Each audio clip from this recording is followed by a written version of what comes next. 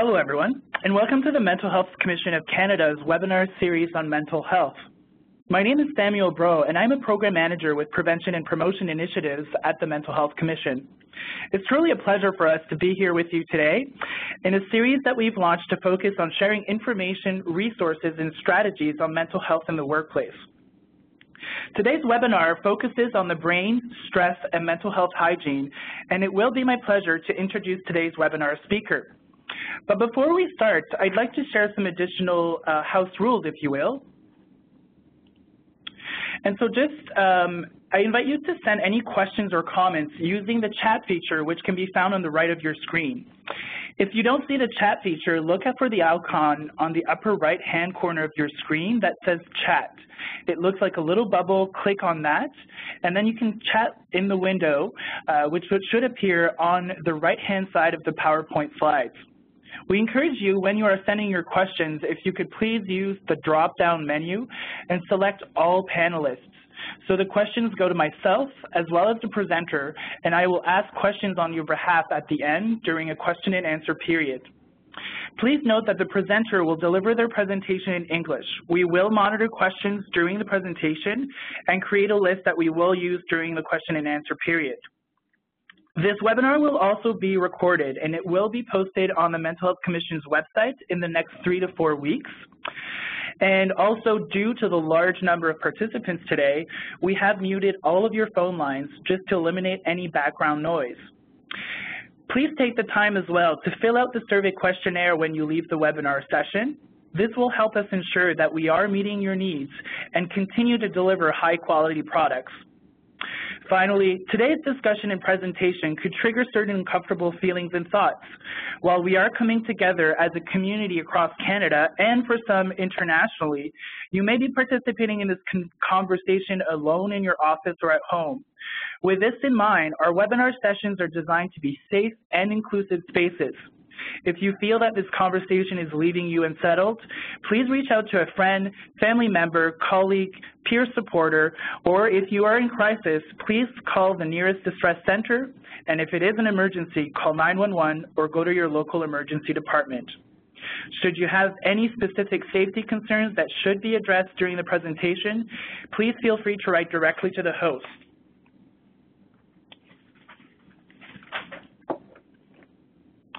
And so it's a real pleasure for me today to introduce Dr. Bill Howitt. Mr. Howitt, or Dr. Howitt, is Chief Research and Development Officer for Workforce Productivity at Morneau Shepell and has over 25 years experience in strategic HR, mental health and addictions, and leadership. He is the creator of Certified Management Essentials, an online program that offers 18 online courses that is Senate-approved leaders program through the University of New Brunswick. As well as the same university, he is the creator of The Pathway to Coping, an online course that teaches coping skills.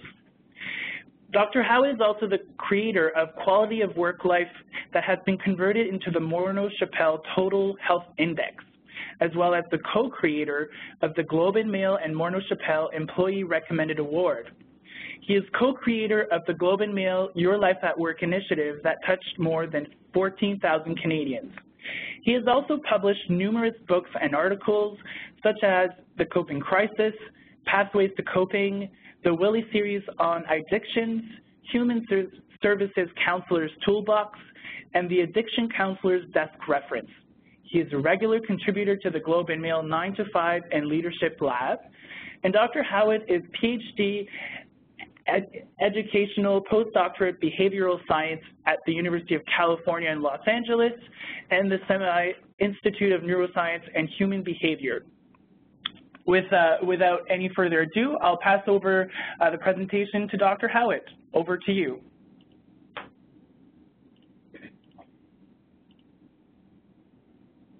Today with you, and I'm looking forward to spending some time having a conversation with you on this topic. It's going to go by pretty quickly once I start ramping up, and one of the things I'm going to ask you to think about as we're going through this is what would be the 1 or 2 things that you're hoping to accomplish or to take away from this as we're going through it. And I like people to kind of make sure when they're in conversations like this to be aware of what your purpose is. What is your nugget? What are you looking for? And then that way, as we're going through it, we'll have some time at the end to provide you an opportunity to ask some additional questions that I may or may not have had time to cover. So I'm going to be going through a PowerPoint. I'm just going to kind of go through slide by slide, and I'm going to tell some stories throughout it.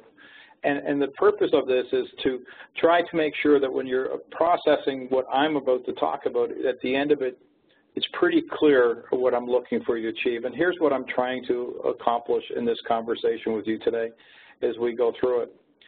We know in Canada, we talk about it, this probably 1 in 5 is probably one of the most used statistics you'll hear in workforce productivity. And we hear it over and over, 1 in 5 Canadians have a mental health issue. And if you think about it, that doesn't mean the same people are having the issue. And some people, if you think about a mental health issue, is what is that mental health issue? For some of my clients and patients I've worked with is that they'll fall on the continuum for mental illness from very low to severe. And I have patients with really severe mental illness that have wonderful, healthy, positive mental health. And then I have clients who, other patients and clients who will have chronic stress and strain and things in the workplace aren't working well for them. And if they can't process how to deal with that, they can move that can start to impact their mental health and their outlook in the world. And if they stay in that same situation without getting a break, they can move along the continuum to a mental illness. Not all mental illnesses are organic. Not all mental illness are psychosocial. What we do know is a person who has a mental health issue is challenged, and when we're talking about the workforce and the opportunity for them to actually have a positive experience. And what I like trying to do is talk about, there's a conversation that runs through my head a lot, is if it's true that 1 in 5 folks have a mental health issue and 1 in 3 are asking for help, you know, and I start looking at the resources of how long it takes those 1 in 3 to get access to resources today, it's a challenge. And with that, what's happened is I started a question around who is that 1 in 5? Who are these people that are having these experiences, and what is their challenge? And what I'm going to do is kind of start this off for you to have a resource. Myself, the Mental Health Commission is involved. The CEO of the Mental Health Commission has wrote a few articles with me on this, folks from CAMH, folks from Conference Board, and today I think there's an article coming out with a colleague from Dalhousie. And what we're doing is, and I wanted to give you this as a pre-frame, this is a free resource that we're doing through the Globe and Mail. It's a series that I'm working on, and what it is asking the question who the 1 in 5 is. And folks who have a mental health issue or think they may have an opportunity to do a survey, because we want to understand who these folks are and what their experience is so that they can provide their feedback in a safe environment. Then we can take this information and we're going to report the findings of this at June 21st at our first conference where we're doing the Employee Recommended Workplace Award, our first annual conference, because we ran this new award. We're going into year 2. My key point I'm trying to tell you, though, is that there's a series there's articles there now, and tools for folks that help give coaching to folks who have a mental health issue. As I start to move through this conversation with you today, I'm going to look at what we can do to get ahead of mental health or mental illness. I'm going to start to talk about what we can do and to make some difference. We do know, most of us, the conventional wisdom is that the earlier you can get in the curve to people, it's going to cost you less dollars. Now, you're going to hear folks are going to use the word return on investment, and that's something I use very carefully when I look at human beings. And the challenge is there's not one program that's going to meet every human being's needs. Very similar to the book that, that most of us read in our childhood, Dr. Seuss, Green Eggs and Ham, is that the law of requisite variety, a system with the greatest amount of flexibility, will be able to help the most human beings. So, in essence, there's many different opportunities. Programs by themselves will not create outcomes. The question is, ultimately, when you're thinking about this conversation, we start to resonate and for yourself through your own eyes, is ultimately who owns their mental health and who owns their career. Yes, employers have a really big role in playing and supporting employees with their mental health in the workplace. So metaphorically, if employers are dropping rocks on their employees' heads, yeah, if they stop that, that would be pretty cool. The employer relationship, or the manager more specifically, employer relationship, we know that's really an important element. We also know employees knowing what their value is really important. We also know as we start to evolve and start to think about the new standard and what the learnings from that is, and we start looking at the factors and how those factors can illuminate different environmental factors that can impact employees, we know that. What I want to do is start to look at the low end of this curve, as my talk will be on. I'm not going to be talking so much today about mental illness and mental duress. I'm going to be talking about how we can help people in the earlier stages to either maintain positive health or to be able to develop the skills to be able to take on more external factors as they start to get exposed to them. And as I start to move through this conversation, I'd be remiss if I didn't start with stress. You know, we do know in Canada that stress is a big issue, and we know all kinds of folks are having stress issues, so we know that as stress goes up, health can go down. I didn't invent that, by the way. I just know it's happening, and there's all kinds of research that's actually saying that.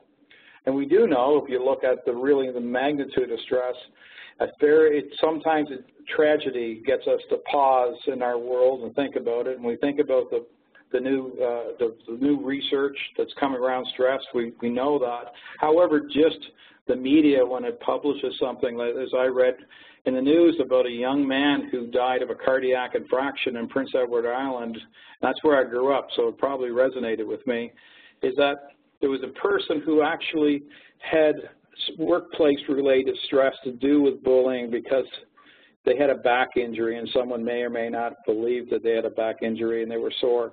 And because of the chronic environmental stressors, this person died of a stress-related cardiac infarction, which they actually looked at was attributed to workplace stress. See, stress does kill. And what we do know when we start looking at research, like telomere research, what we say in our heads can actually impact our telomeres, it can impact our brain, it can impact our body. Whether we believe in psychosomatic illnesses, I can tell you there's many people who are chronically stressed that they actually, what they may not know is if you actively have your fight or flight response on, our fight or flight response is a system that's used to basically preserve us. But if it's on all the time and our immune system shut down, by essence, the more we're under stress, our greater our risk for disease. So stress is not only about what it does to someone's mental health, it also does what it can do to their body. And I could ask you the question as you're pondering this today as I go through it, what comes first, someone with type 2 diabetes or with depression? The answer is it depends on that individual. And I wish I could tell you I had this all figured out as we start to move through this. I certainly don't. I have a point of view on this. I have some ideas. But I think what's cool about it is every one of us are doing the best we can. I believe some of us, are one meal away from going off track, one meal from getting back on track, and so it's interesting. The conversations we have every day can have a big impact, and what we can do to support other people with our words matter. And as I start to go through this, and you think about stress, there's good stress, eustress, and there's bad stress called distress. What I'm going to be focusing on is distress. And it starts to move into how a person can cope. And what happens for many of us is that if you wake up this morning, you said to yourself, why did I get out of bed this morning? What is the one specific thing I wanted to accomplish as a human being today? What is the one thing that I actually will define today would be successful? Simple question. The fact is many people can't answer it. And the reality is we start to get into time as the thing that many of us struggle with, and you start to think about all the pull on human beings. And as people start to try to manage their time and the demands of life and work, and they start to build a certain amount of capacity, then you add one or two more things to their system, then what can happen is they can start to move their natural coping when they're feeling stress, is that the body will start to respond, and they can either move to hyper or hypoarousal. They can do a mixed action and go back and forth. But if you think about it, you know, human beings, if you lost your job on Friday, and you lost your wife, and you lost all your money to somebody that was a hacker, you had a really bad day. And 2 weeks later, if you were feeling depressed or anxious about your life, that would be somewhat normal. But that's not necessarily mean you have a mental illness. You may have a mental health challenge right now trying to process significant emotional events in your life, trying to normalize it, trying to get yourself focused and start to move through it. And what we do sometimes is we go to the cause too quick, and human beings process. And so when I start to look at it, every day we're going through a challenge and we're starting to deal with stress. And it's the frequency and the duration of stress as human beings, how long they're under it, can start to, is it like, think about like a cup. And as you start to go through it, and if your environment, and stress can come from different forms. And your environment could be one stressor. It could be a relationship. It doesn't matter what the root cause of the stress is. It could be things that you're creating in your own head about expectations, whether they're real or perceived. The point is, as a person starts to feel they're stuck in stress, the longer the frequency, duration, the stress, and if they don't get any relief, they increase their risk to move into strain. And as you think about it, if you look at this chart, and I'm going to go through the next two charts fairly quickly just to make a quick point. Pretty much every workplace, you can think about it, they're all different types of environmental stressors. I worry about, for example, and when I think about workplace hazards, you know, you think of statistically, I read one stat the other day, around 2% of females, but 1.5% of females go to the workplace every day and are still dealing with sexual abuse. And 1% of males are. Whether that's low or high doesn't necessarily matter, it's happening. So that's a stress load. There's bullying that's happening, ineffective managers, workload, safety, challenges, pressures.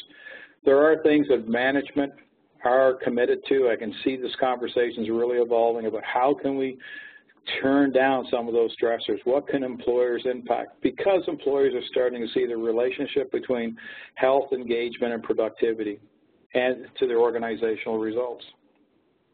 And with that, you know, the other is that employees come to work every day with their own issues as well.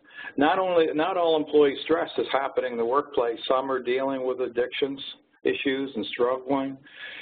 Some people are dealing with family resources. Some are dealing with chronic disease. Some are dealing with conflict. Financial health is becoming a big issue. And it's interesting when how each employee processes their stress will have an impact on their total health and their physical health, mental health, workplace health, their experience, and their life health. And for me, when I start to think about employees, and you'll hear me talk about when I say about resiliency, is that I don't only look at mental health, I look at the whole environment in regards to the total picture. Because I believe dearly when I watch all the patients of over 30 years of seeing clients come to my office, they come for many different reasons. And it's not only because of what's happening between their 6 inches of their ears, of they're trying to process and trying to put some meaning to it. It's also, for example, they could be worried because they're not sleeping, they're not eating, they're not feeling any love, and they're worried about their finances. There's other things that are going on. So ultimately, the employer and the employee in my world, what I promote to people is a two-way accountability. Is that what can the employer do to help support employees? But ultimately, the employee has a role in this because if you believe employees own their own mental health, then providing them information alone will not be enough. If I wish sometimes when I saw people I could give them information and it could actually, you know, you could inject it like an IV and they get it. But that's not how we learn. We learn in chunks and we need to practice and things happen not at the same speed. This chart, there's a lot going on. I'm going to make it slow it down a bit because it's an important chart to kind of set up what I'm going to really get into today. If we start to look at the link between total health and coping skills and resiliency, what I'd like you to do is put your eyes on the person in the middle. And notice every day there's life forces that are coming. There's work-related forces. So that could be work-related stress. It could be your first responder. It could be exposure, traumatic exposure to events. So there's things from the environment that come. There's also daily life force. It could be your child, worried about them graduating, getting into the right school. It could be your parent. And what happens is your ability, your resiliency is your resolve to be able to push through those challenges and to be able to deal with daily stress. Now, resiliency is not something that happens once a month for many people. Many people are getting challenged many times through the day that they hear a phone call or an email and they have that little grunt and they go, oh, and then they kind of push through. And that can happen several times through the day, and often many of us aren't paying attention to it, but we just kind of push through. What happens with us is our energy level, and this is what starts when I'm observing people that actually before that break down, is low, medium, and high. So resiliency is not static, it's dynamic. And what happens is that what we do daily will have an impact on it. And if you look at the pillars that I mentioned before, physical health, you know, if you think about physical activity, you know, our bodies are built to move. Sedentary people are sitting for 6 to 8 hours a day are increasing their risk. We're machines like burning energy. Nutrition, you think about if you bought a new car, you would never put oil in your gas tank and gas in your oil, but we'll often put different things in our mouth and not pay attention or understand the consequence to our own energy system.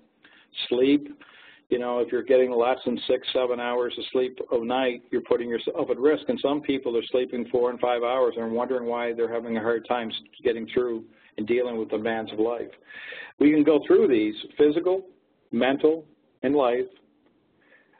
What I'm going to focus on today is cognitive hygiene, and it's to give you an introductory.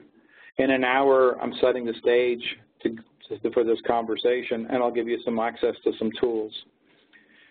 Coping skills for me, if you look at developmental, those are skills that you learn once.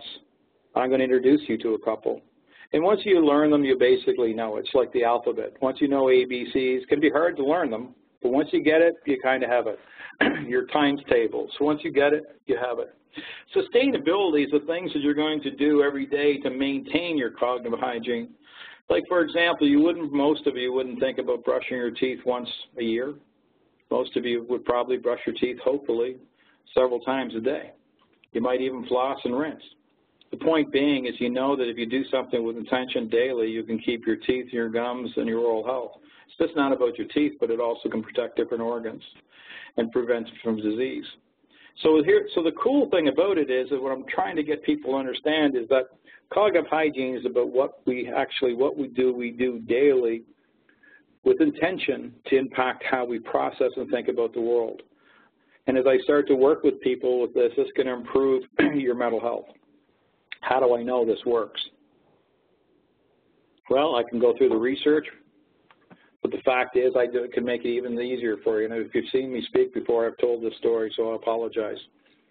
Is when I'm on the road and I'm bored and I'm alone, I'll go to an AA meeting. I'm not an alcoholic. I wrote books on addictions, and I'm fascinated with the topic and studied in the area. So I've always ended up seeing patients for years on it. But I can go to an AA meeting. I do it for one purpose. I can remind me every day of all the brilliant people that are out there that actually have learned to develop their intrapersonal skills, their own self-driven skills. And I go to these meetings and I watch these angels serve other human beings and put other people ahead of themselves, live high-impact quality lives. If you would have seen them 10 years ago, they weren't the same person. It tells me people can learn skills and people through practice can actually evolve themselves. And sometimes we think it's personality. I'm not going to talk about personality, but I do know from cognitive behavioral therapy, I do know from watching the evolution of support groups, people can learn to develop skills. I've been teaching these skills for years. I teach them in counseling. I teach them when I'm working with people. I do know that people practice these. Now, some of you might think of sustainability skills, and the word that lots of people will use would be, for example, meditation, mindfulness. There are different things that people do with intentions daily to practice how they process the world. That's where I'm going with this. Okay, so what's the impact quickly? The why is a person who can't deal with stress, well, they're more susceptible to having issues with how they manage stress. Headaches, muscle tension, chest pains. Excuse me. And the effects of stress on their mood, as well as on their behaviors. Take a moment and read this list for just a second and see if you can see yourself in this list.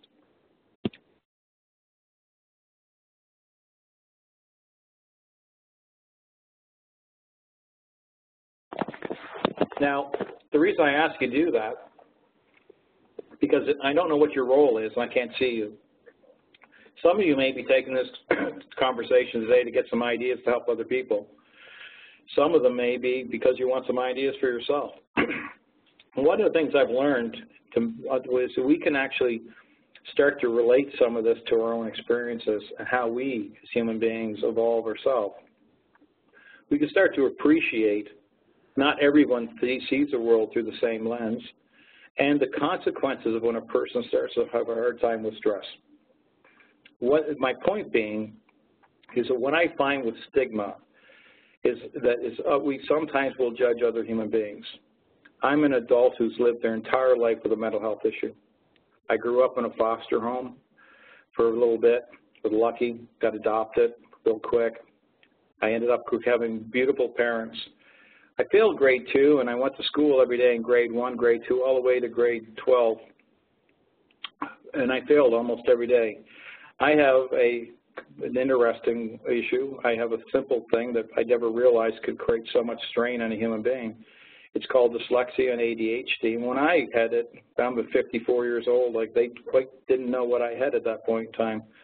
And for me, the stress I had every day, I can tell you, was something that I was trying to process. Because I had a mentor, because I had somebody that was one voice that told me I was worthwhile to keep trying every day, I went to the rock pile and tried every day. Some human beings don't have that voice or that support system or the encouragement to try. And part of building resiliency and persistency for some people is, sure, dealing with failure and learning how to fail. But the belief that there was going to be a light. I was lucky because I had a support system that always believed there was a light, and I could get through it. All of these symptoms I've had my entire life. And as I realize, as someone who's tried to process this kind of stuff, if you fail every day, you can get depressed. And being a person that actually understands the pressures, I couldn't read or write till I was 18 years old. And the only reason I am where I am today is because of one person saw something in me and made a decision to believe in me. And I've made the decision as a person that does this, is if I can start to help other people believe in themselves, because I really, at the end of the day, I don't do anything special in counseling other than facilitate the opportunity to help people solve problems that they may not have been able to solve at the same speed on their own. What I'm going to start introducing you to is the concept is that I believe strongly, and you may have got it, but where do we teach people how to solve their own problems, to make good decisions, and understand where they're at with intention, and to start to understand that life's about a whole lot of 3 or 4 second choices. And, if you don't pay attention to these choices, you will have stress. If you can't get out of stress, you'll move through these symptoms. And people get this. And one of the things is when people start to realize they can't feel the same, they can't solve the same problems, they can't solve simple problems, life becomes hard. So how do we get ahead of it? Well, my belief system is that if I start to look at it, I'm going to start with healthy state. I'm not assuming for a moment everyone's in a healthy state. It doesn't really matter where you're at on this. If you're a healthy state or coping or mental health or even mental illness, what I'm about to talk to can help anybody at any stage, because if someone's in mental health issues, mental disorders or mental illness, however you like to define that, is that we can help them move back. And what I want you to be aware of is that as you're going through this, to think about it is that what happens with a person too often is many of us actually believe what we think is right. And I want you to think about that for a minute. We often, when we're under stress or strain, will believe what we're thinking is right. I want you to hold that thought. And so if you look at this, so if I'm going to get to this coping skills, and how do I know coping skills works? Well, I've given some, and I'm not going to go over this too much because I know we're on a time crunch, but I did a doctoral dissertation on one simple concept, Jack and Jill. How can you have Jack and Jill in the exact same workplace, exact same environment, exact same experience, and why can one person go home and have good health outcomes, feel highly engaged in the workplace, and be really productive, where another one has different outcomes in their health, engagement, and productivity? What I've learned is that one part of it, it's not all of it, one thing is coping skills, which is a moderator, which partially explains the difference between people. In my research, as I start to look at with the Total Health Index, what we've created at Morneau-Shepell, so I look at hundreds and hundreds and hundreds of files, literally thousands. And as I start to look at it, I keep seeing it over and over and over in many, many organizations. Employees with higher coping skills have higher health, engagement, and productivity outcomes. The question is, I tell employers, is the great thing about it is these are teachable skills. And this doesn't mean, and I'll talk about it over and over in this little segment, it doesn't mean you run out and send everyone to coping skills training. It may be how you select people. It may be how you onboard people. It could be your performance management system. You look for different opportunities to help people think and solve their problems so they can feel that they're in control. Now, coping skills is a term I use. So some people say, Bill, why don't you use resiliency? And can I say, because resiliency is is a developmental coping skill in my mind. It's one part of it. There's many different types of coping skills that a person can learn and evolve.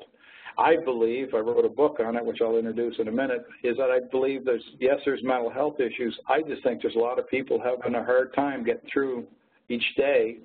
And I think lots of folks would like to do a little bit better.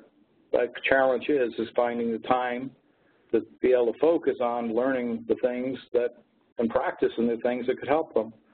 So if you thought about it for a minute, if you think about what coping skills are, they're the resources you have on demand, like a sprinter when you press the starter gun. Like often life doesn't give us a lot of warning. We're given situations and we need to make a decision, and not making a decision can be a decision. And so for you, where did you learn coping skills? You know, I never had the course. Maybe some of you might have had the course. Some of us might say our parenting and our experiences, and yes, those are all great. Challenge is there could be some variance between my experience and your experience. So my point is that lots of human beings are doing really, really well. And I watch them, you know, sports, for example. I play university football, and I look at all the guys and gals that were involved in our football team and all the support systems, and looked at it, and I look at where they're at today. And many of them, through discipline, have evolved, and they've succeeded because they've learned some set of skills. But the sports alone doesn't necessarily mean you're going to be great at coping. And what my point is that we can learn these problem-solving skills and decisions differently.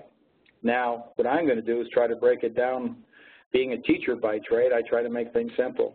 I start with the concept of a book called The Coping Crisis to pre-frame the frame I'm going to get into in cognitive hygiene of the elements part of it to make this point.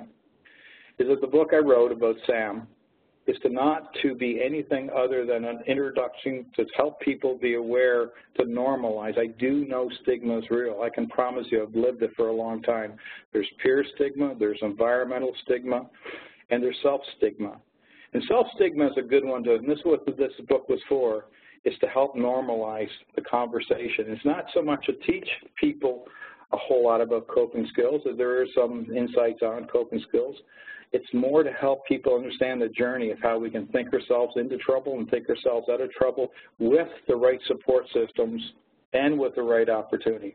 I by no means at all think if we give employees coping skills training alone, that's going to solve all the problems in the workplace. I'm not there. I do believe there's two ends of the rope, what the employer can do and things the employee can do.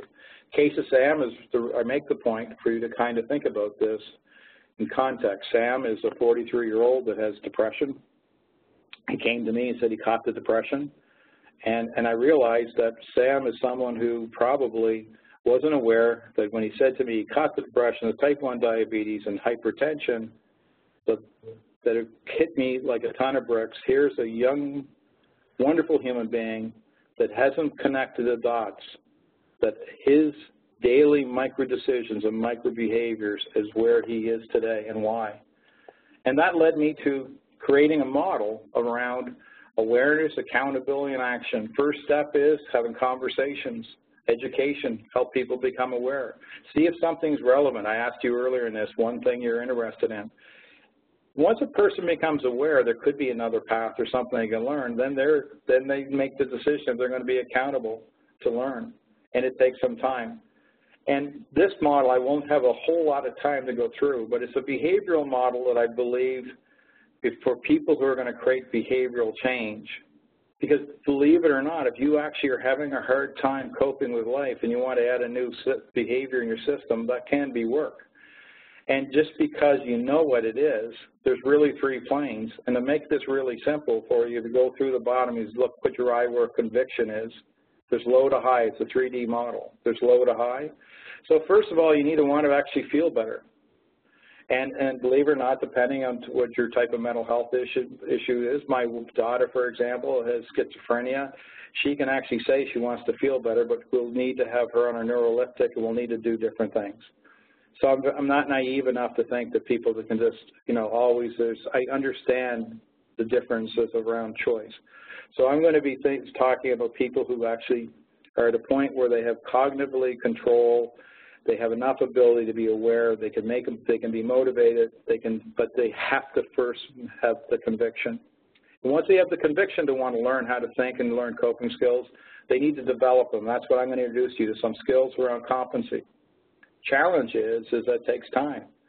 And while you're doing any behavioral change, the thing is, if you were doing exercise and adding anything to your system, there's always going to be challenges for your time and priorities. And what I'm learning as I watch people change behavior is that their motivation, their competencies, and their ability to cope and how they solve problems and stick with their priorities will determine. And if you see, the probability of a behavioral change is on the right.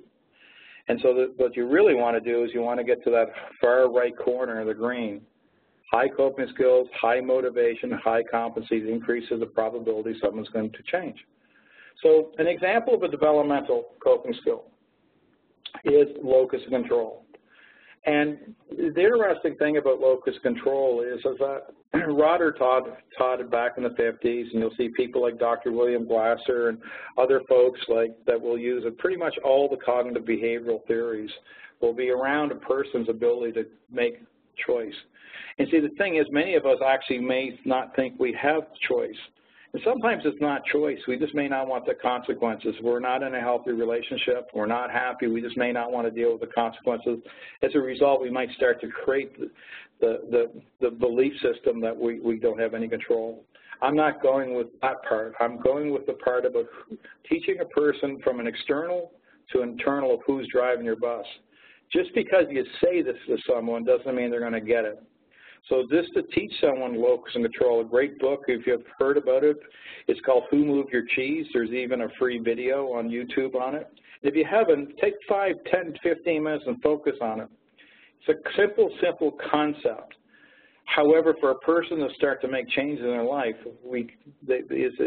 from my belief system, that's really hard unless you understand what you can control and what you can't control, that being what your choices are, and how to start to take charges. We can teach people that. And there's a process we can go through, and there's different training that we'll do. So my course of Pathways to Coping would have a whole module. Someone could spend a week thinking about this. And someone asked me, Bill, how long does it take for someone to learn a new skill? And my response is as long as it takes, meaning that people will stop and start. And so as you start to look at these skills and start thinking about it, it takes time. Another example of a developmental microskill is self-efficacy. I mean, how many of you woke up this morning, looked yourself in the mirror and said, damn, I'm good looking inside now. I love who I am. Well, some of us do and some of us don't. But one thing most of us do know is self-esteem, and self-esteem is actually how we actually evaluate ourselves in a situation. I make this point because I've watched many times a young manager gets promoted, they were subject matter expert, and they start failing. And their confidence starts to go. They still are a subject matter expert, but we may not have given them the skills they needed to be effective. So sometimes when people with mental health issues are actually in challenges and stress, it may not have anything to do with traditionally what we try to think about. It may be a competency gap. Like my wife, for example, actually wants me to tell her I love her and hold her hand and walk with her. And my financial planner actually wants me to take care of stuff. And my kids actually want me to do things with them. And if I don't have these skills, they can make stressful things in my life for me. And so what I ask people to consider sometimes is that the big picture. Self-efficacy is simply the belief that they can do it. Self-competency, again, that model is having the skills, and self-esteem. So sometimes, if a person I'm working with will actually do a biopsychosocial inventory, and we'll see what are the skills. It could be a job skill, life skill. Sometimes it's developmental. Learning some of these skills can help mitigate. For example, if someone doesn't know how to get along with people, teaching them communications might improve their relationship skills, for example.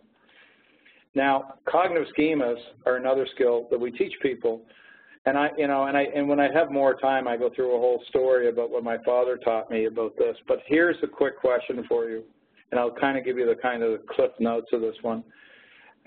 Most good Canadians have had a beer in their time, or actually were with someone that had a beer, or wished that they didn't, but it doesn't really matter. But my point being is my father was a bartender for 50 years, so it's not surprising I'm using a beer story. But anyway, if you were sitting in a pub and you were looking across at a beautiful woman, or a beautiful woman was looking at a beautiful man, the question I ask people sometimes is we look at each other, and why don't we get up sometimes and talk, and someone will say, oh, because they're married. I'm assuming, let's say they're not. But what my point is, and this is not about how to date, by the way, either, but what I'm trying to get to is often when we look outside at something we may like to have in our life, sometimes we'll quit in our own head because of our own limited belief systems. So sometimes it's easier for us to actually believe that other person wouldn't like us and reject us versus doing something. The point is that when we can start to teach people about cognitive schemas, about the roles, about what they believe they can be and can't be, their self-confidence, their personal beliefs, and how events matter, we can start to teach people that there's a spyware and there's auto-programming. And if we can help people unpack this auto-programming, they can actually learn to take better control of themselves and have different options. Now, as I go through this, resiliency, I've talked a little bit about. Resiliency is a skill set I think that we can develop. I like trying to teach people resiliency with the concept of this, is that, if I think about university students in our country, there's about 900,000 to 1 million full-time, let's say 1 million.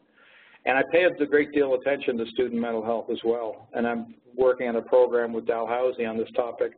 And what's interesting is that when I start thinking about, the 7.5 at every 100,000 students that commit suicide, I start realizing that lots of folks is that they don't do that for no reason. And being a mental health practitioner for many years, I realized that, as a person's resiliency gets exhausted, they can start to lose hope. And to me, resiliency is to get through the potholes, but it's like to see the light. I've been married for 26 years, and I'm very capable of saying stupid things to my wife without meaning it to. And when I mean stupid things, I might walk in the house after 4 days away, and I might say, oh, why are the dishes not done? Versus, how are you doing, honey? And so that could be like a 2-dayer for maybe 4 she'll talk to me. And my point being, I've been around her long enough, I know there's a light at the end of the tunnel, I know how to fix it. When human beings don't have that light and they don't have the belief in their system to be able to fix it and understand what fuels your resiliency, sometimes leaving a problem alone and going off and doing something in your cognitive hygiene or meditating or going for a run or having a dear friend or doing something different can sometimes build our reserves so we can solve problems. But we sometimes let things go so we can figure it out. My point is that to teach people, understanding them to understand the resiliency engine and how it works so they understand we are going to hit by daily stressors And if you start to feel your resilience go, there are these developmental skills, check your sustainability, check what you're doing daily. And you also your total health. Pay attention to your work, your physical, your mental, your health. The things that will fuel your resiliency. Again, in the time we have, I can't spend a lot of time talking about it, but I can introduce a notion we can teach this stuff. There's also the last frame before we take questions. It'll be around the other micro skills, coping skills, sustainability. Now, I created a concept that was one example. I believe in meditation.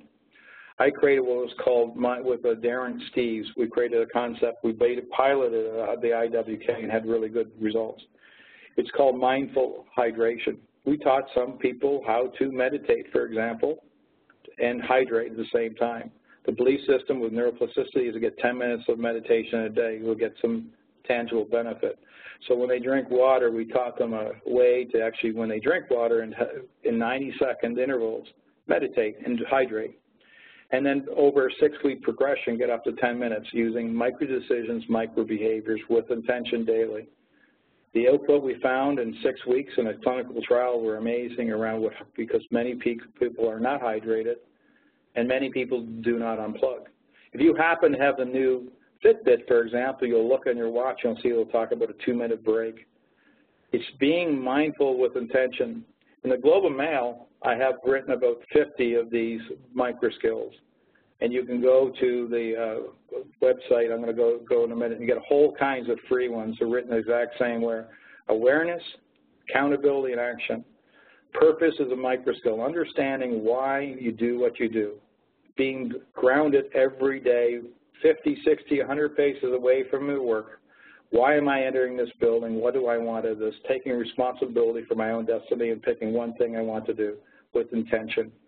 So I start to realize people who become purposeful, gratitude, people spend a lot of money sitting with the Dalai Lama to learn how to get to peace. And Dalai Lama will tell you if you want to get to peace, it's through gratitude. It's appreciating what you have. I call it the 98-2 theory. Many of us have lots of good things in our life. 98% is going good, 2% is not. What we do is we focus on the 2%. Sometimes what I find is we can just be more aware of all the good things, the fact that you have clean water, clean air, you have a government who cares about us. We have a government at least as respectful to the world. We may not agree with everyone, but we try to create some civil accord. We're trying to do the best we can with what we have. Most of us do. And so it's that intentional behaviors that can start to create the ability to build your sustainability. Good cognitive hygiene will feed your general mental health. General mental health is your positive outlook in the world. Anxiety and depression are those poles where people can move back and forth depending on the stress load. When it becomes to the point where a person hits strain and under issues, it may be impacting their mental health. Then symptomology can kick in. And then when it starts kicking in, it becomes occupying and things start changing their life, they can't progress. If it's frequency, duration, intensity, and then it can manifest into a mental illness because it's happened the same symptoms, duration, intensity, and frequency long enough to start meeting, like in the DSM, which is a diagnostic statistical manual, which people that do mental health will use for criteria. I'm not a big labeler. I'm a person that believes a lot of people can move through their life if they're mindful and they teach, they have good mentors. And so my belief system is this, is every day we're trying to do the best we can with what we have. I believe that. And if you learn cognitive skills, coping skills, so you do the time you invest in, you could read the book, The Coping Crisis. You could read some of these or read other resources, all kinds of really brilliant people out there. And learn some of I have about 9 or 10 developmental skills, and I have a whole bunch of sustainability. If we learn these, and then what starts to happen as we start to learn these, we start to be able, with intention, start to create more resources and more capacity to take on life. But I can tell you, sadly, the truth is that we can do the best we can to develop things, but stuff can still happen. We still get hit by a traumatic event outside the realm of normal. Even though we have done our best preparation, they can still whack us. The trick to it is build up our resources and early intervention. And so what I try to tell people is level 1, we'd be able to deal with as much as we can ourselves daily. We're doing it all the time. And ensure we end the day in a positive note as we can. Journaling is another example of sustainability. And then at the end of that period of time, if we don't get any relief, then level 2 is we talk to a peer, talk to a trusted friend. We start to seek. If we can't get relief from it, level 3 is we access our EAP or doctors or resources, we talk to people. And if we can create a progression, then we can actually normalize it, because I can tell you, my car this weekend, the battery went dead, I thought, but it was something else. But I had no problem trying to do my level 1, level 2, called my neighbor, level 3, called help. The thing about it is, it's that the best thing is for us, the quickest path for us all to know that we're all trying to do our best. And if we can give people the tools through our process to learn, but there is no perfect. And this is a conversation that I hope that we're not going to let go for a while. Physical health we've talked about for 100 years, and we still haven't got people. Obesity is still a challenge. Mental health right now is lots of folks are talking about it. And I'm going to tell you right now is we're going to need to lean into this conversation for a while. It's not going to go away. I don't think it's Armageddon, but the sky's going to fall down. I think we're going to do okay. I just realized that as I start to watch organizations, as we start to, a couple of bad apples here and there, people believe that, because someone might be doing something, it's everyone else. I think there's more good people trying to do the best they can than anybody trying to be an actor. And so the reality on this thing is by helping people be accountable for what they can control, that through teaching and learning, many people can find more positivity. The trick to all this coping stuff, and we'll start taking questions in a second, Samuel, is that for me, it's what we can do to short-circuit stress. We're all going to have stress, myself included. So when we get out of sorts, it's our recovery time. Coping skills can shorten your recovery time, get you on track so you can charge your battery. And it takes work. I wish I had the magic bullet, but I don't. So hopefully you got a couple ideas. We have time now for some questions, and I'll pass over to you, Samuel, to facilitate. Thanks so much, Bill. We still have a few seconds. I'm not sure if you wanted to end your slides, but otherwise I'm happy to start with the question and answer if you wish. Sure. Okay. I just want to make sure I'm not. Yeah, so, no, we're still good for time. Okay, good. Thank you. I'm like a walking guide here. Appreciate your help. No worries. So one of the things I was saying to you about coping skills is that one of the things I'm watching, people will say to me, Bill, we'd like to get, some people trained. I believe, myself, the University of New Brunswick, we have a great coping skills program. The thing I will tell them is that the person needs to know why they're going. The context is so important. It's why they would go, what they would learn, and how they will apply it. So, for example, I call them triggers. Someone might be having some attendance issues. They might be struggling. Could be on a short-term disability or long-term. And so gives them some tools to help them be more successful for the return to work, and so they're learning something. My Total Health Index, or you could use a Globe and Mail. If a person has a benchmark and knows where they're at against the normal population, because many of us don't have any context for it. Again, it could be, sorry, I've repeated myself. It could be short-term or long-term.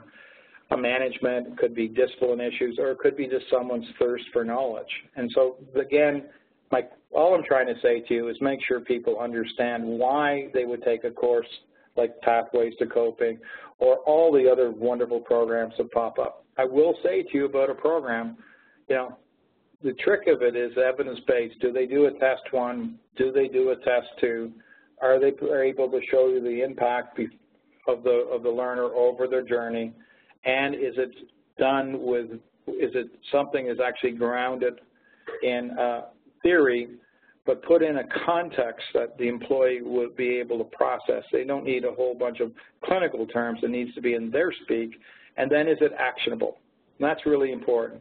Ideas that are actionable that they can use, that are small chunks so they can practice. If you want to link to a bunch of the articles, you'll see a website below. It's called the Employer Recommended. That's our award that we have with the Globe and Mail and Morneau.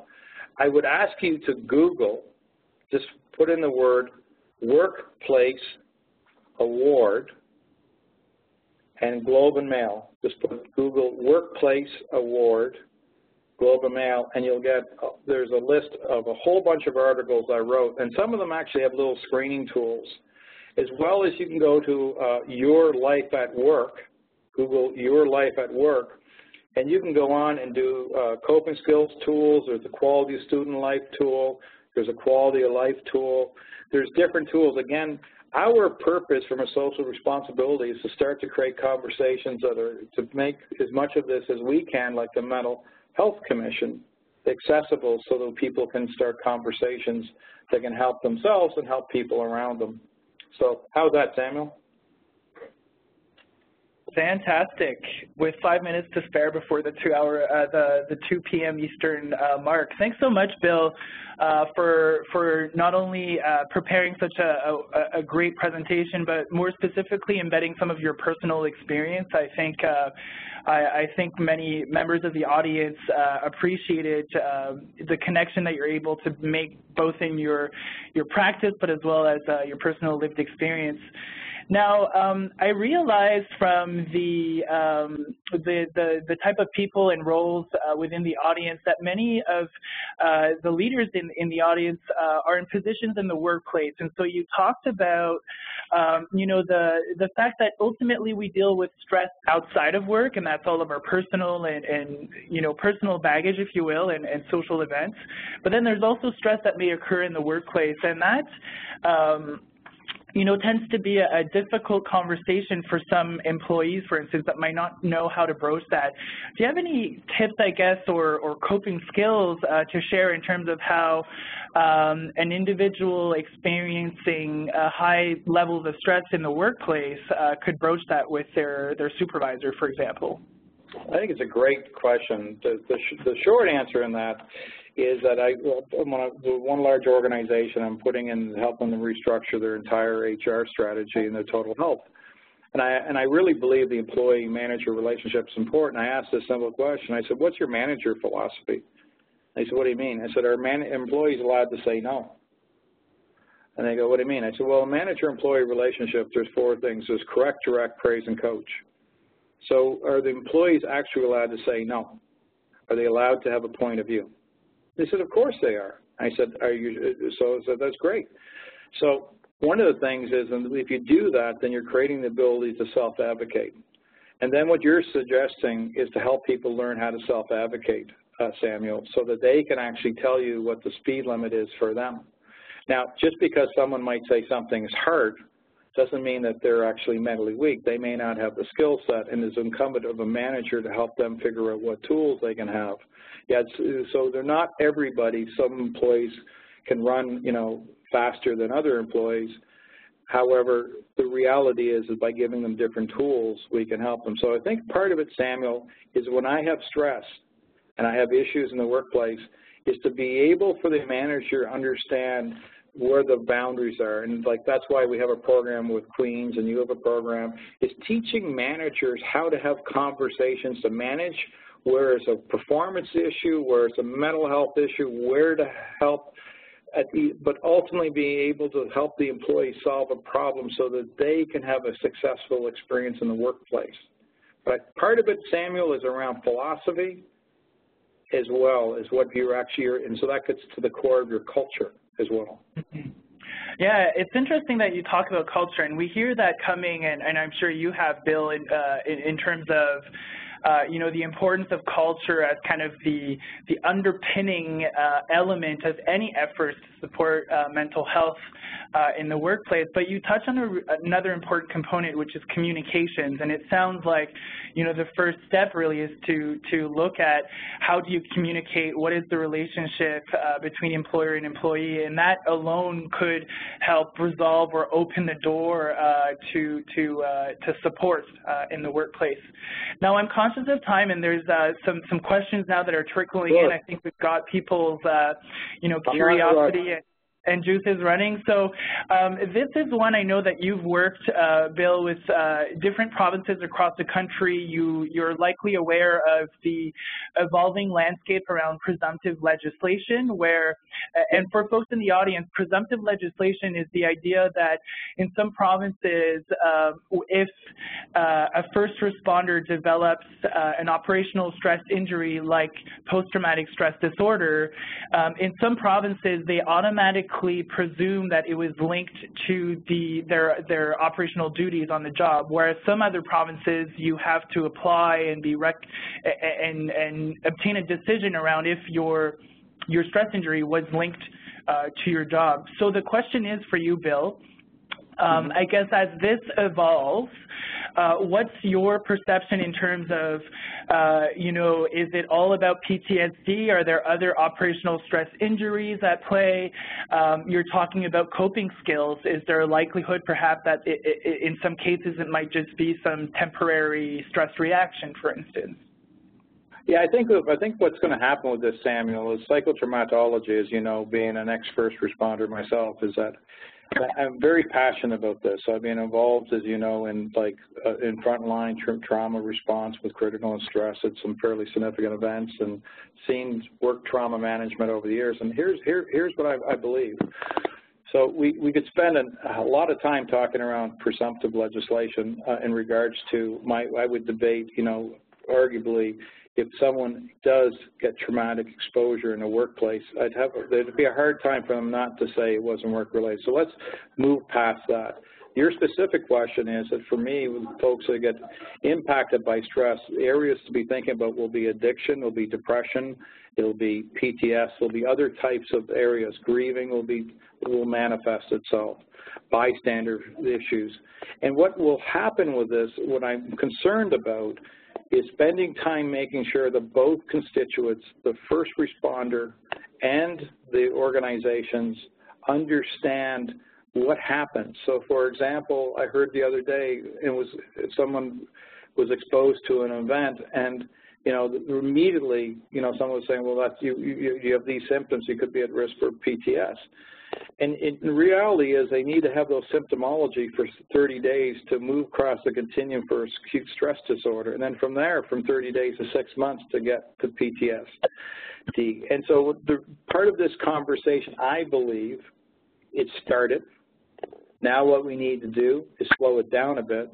We need to educate all constituents, and that's one of the reasons why I'm interested in developing programs around PTS, is to provide awareness around stress load. So I agree. What you can do to build your resiliency, I agree. Having a methodology to monitor myself, I agree. Understanding how to move yourself through level 1, level 2, level 3, paying attention daily. Because what will happen with stress load, lots of people, their waist will be 36 and they don't pay attention to their diet, and all of a sudden they're 44 and they step on the scale of the doctor, and the doctor goes, what happened? And you go, oh, I don't know, geez, but was a bad pizza a couple nights. Well, no, that didn't happen overnight. And the thing with stress, with neuroplasticity, we'll actually adjust what's normal. And so people will start to take more stress load on. So, Samuel, this is a conversation where I'm hoping, if anybody has any ability with first responders, it's not one and done. It's providing time to give people information in small chunks with frequency, and making people understand something. When someone is exposed to stress or challenge, discouraged people are discouraged. Being stressed, you may not be in your best thinking. So helping normalize that, peer support, all of that. But this is going to be a really big conversation, because I see this as not so much the presumptive legislation. I think that's happened, I think, across the country, and I think you're going to see it for a myriad of OSIs. I just think it's time to slow it down a bit, measure what's working, provide good evidence, and making sure that we understand there's more going on than just the workplace. Look at the whole human being and be mindful of prevention, early intervention, and treatment. In fact, Samuel, we at Morneau have a new deck. I can send it to you. You can share it with people. I like it because it's case studies we're trying to teach, as well as the deck you and I created. I think the more we can educate people about the path, just for contrast, because I'm concerned a lot of people are going to jump in this space with the shiny new toy.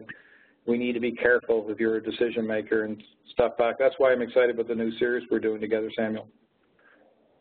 Thanks, Bill. And you're right. It is part of a wider, more complex conversation, if you will. And there's one participant that shares their observation that, and I'm not sure where in the country this may be occurring, but they've observed that some employers have I guess taking a more solid stance even in reaction to decisions that had been made from compensation boards, where it seems like employers are questioning a bit deeper in terms of what does it mean when somebody is just presumed to have PTSD. So would the explanation that you just shared before help explain why, how some employers are reacting facing this new legislation?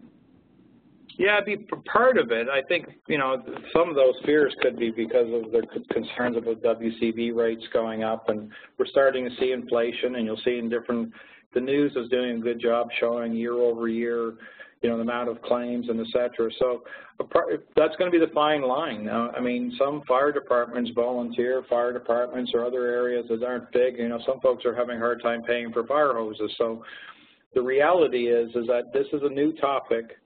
And I think what's going to happen is I'm hoping that we can provide enough information that both sides can understand. At the end of the day, what was the intention of this? The intention of this was simple, to help people get quicker access to help who need it.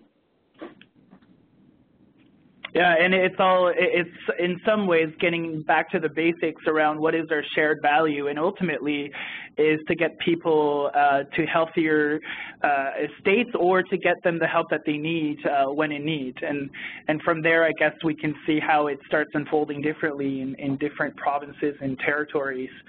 Now, I'd like to try to squeeze in one last or two more questions before we go.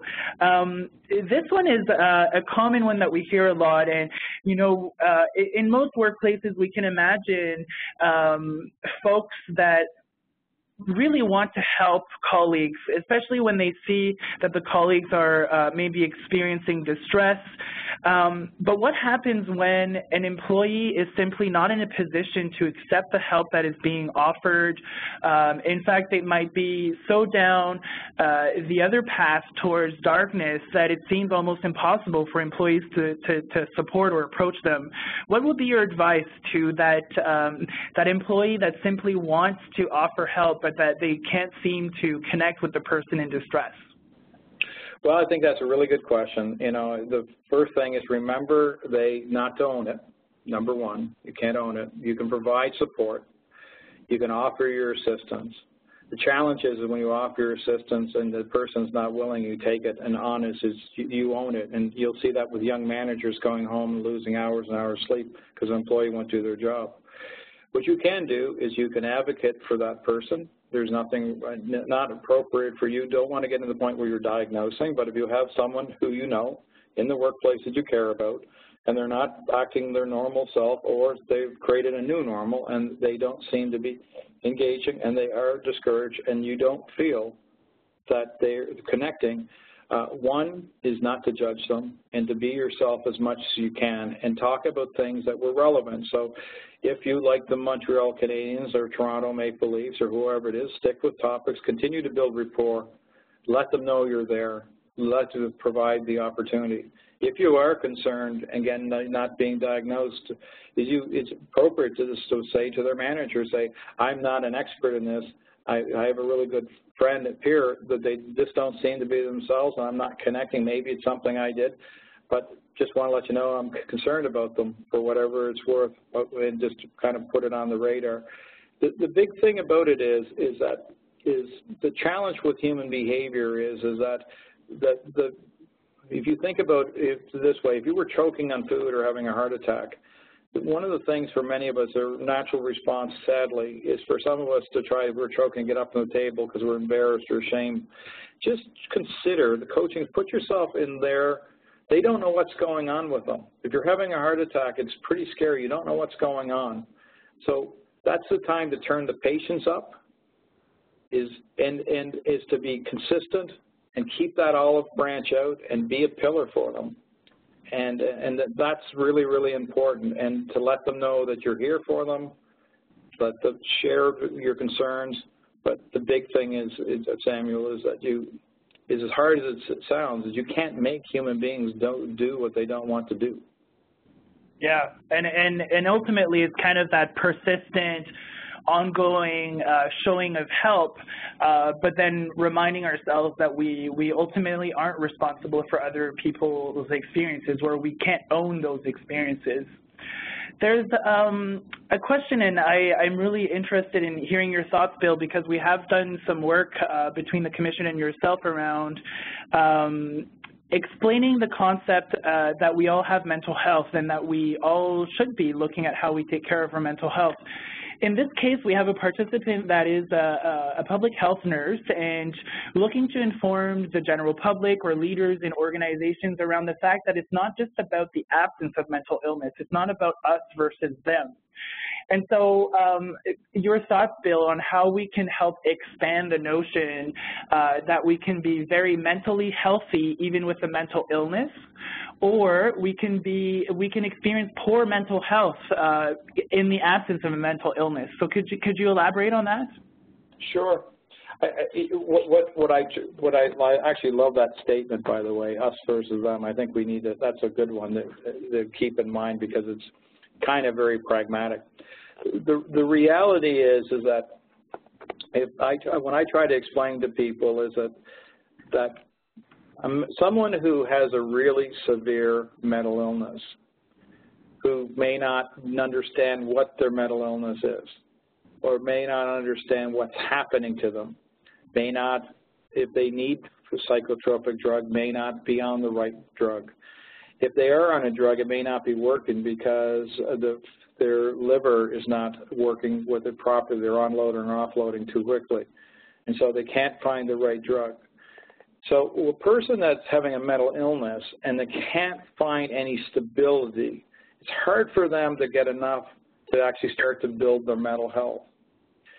And so if they can get that mental illness where they get stable, and then they can start working and build their mental health, they understand it's someone like me.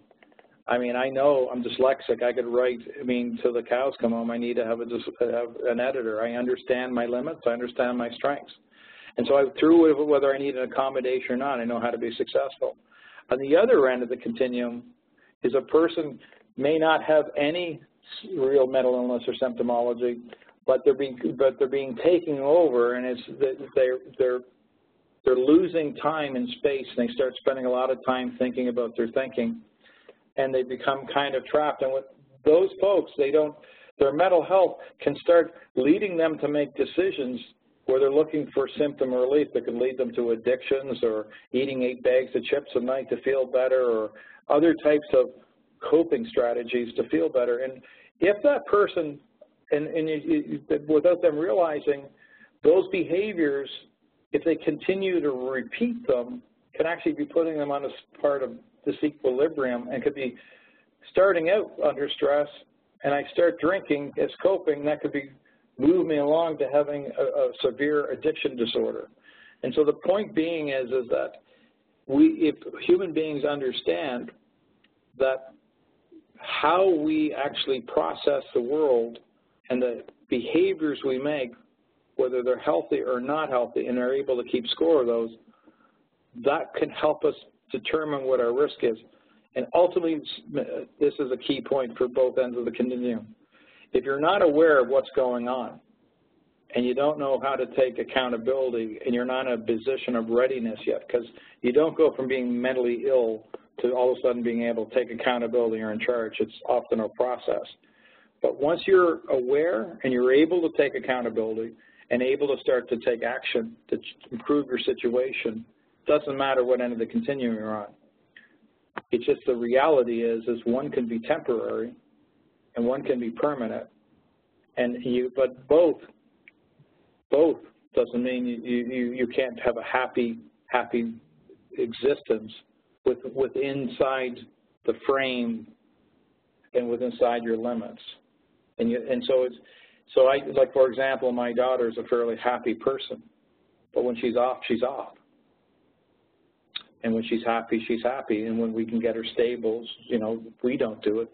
And I have to watch she's older now, is when she's able to have a better experience. So I'm not sure I'm answered the question, Samuel, but I believe it's awareness is really the key of this. I think you have, Bill. Thank you for expanding. And for those that are curious to read more, I encourage you to visit the Globe and Mail's section where Bill has been a regular contributor, and recently the Mental Health Commission and Bill co-authored an article on that very same topic. And the idea, I guess, the nutshell that I maintain from or take away from what you were saying, Bill, is that we all need to take care of our mental health, and we shouldn't wait until we're in a moment of crisis. In fact, that's probably the worst time to try to learn a new skill. So with that in mind, there's one. So this is an easy question. There's one participant that's asking if you can clarify that comment you said about Who Stole My Cheese. Is it a YouTube video? Is it a book? Where could we find that? It's called Who Moved Your Cheese? Who moved your cheese? And the last time I saw it was on YouTube. Sounds good. Try that. So on that note, I know that some participants are leaving, but I'd just like to remind everyone to fill out the customer satisfaction survey at the end. It's really important for us, especially as we talk about evidence-based, for us to base our activities on evidence and know that we're meeting your needs, and also identifying opportunities moving ahead. But more importantly, I want to thank the participants and moreover you, Dr. Howitt, Bill, for taking the time out of your busy schedule to share your wisdom, experience, and thoughts. I really look forward to perhaps an opportunity to having you again. And a reminder to the participants that we will be posting this session on our website in the next 3 to 4 weeks. So keep your eyes peeled for that. And again, thank you for joining us, and I wish everyone a great day, and more importantly, to be well. Cheers. Take care. Thank you. Thank you. Bye-bye.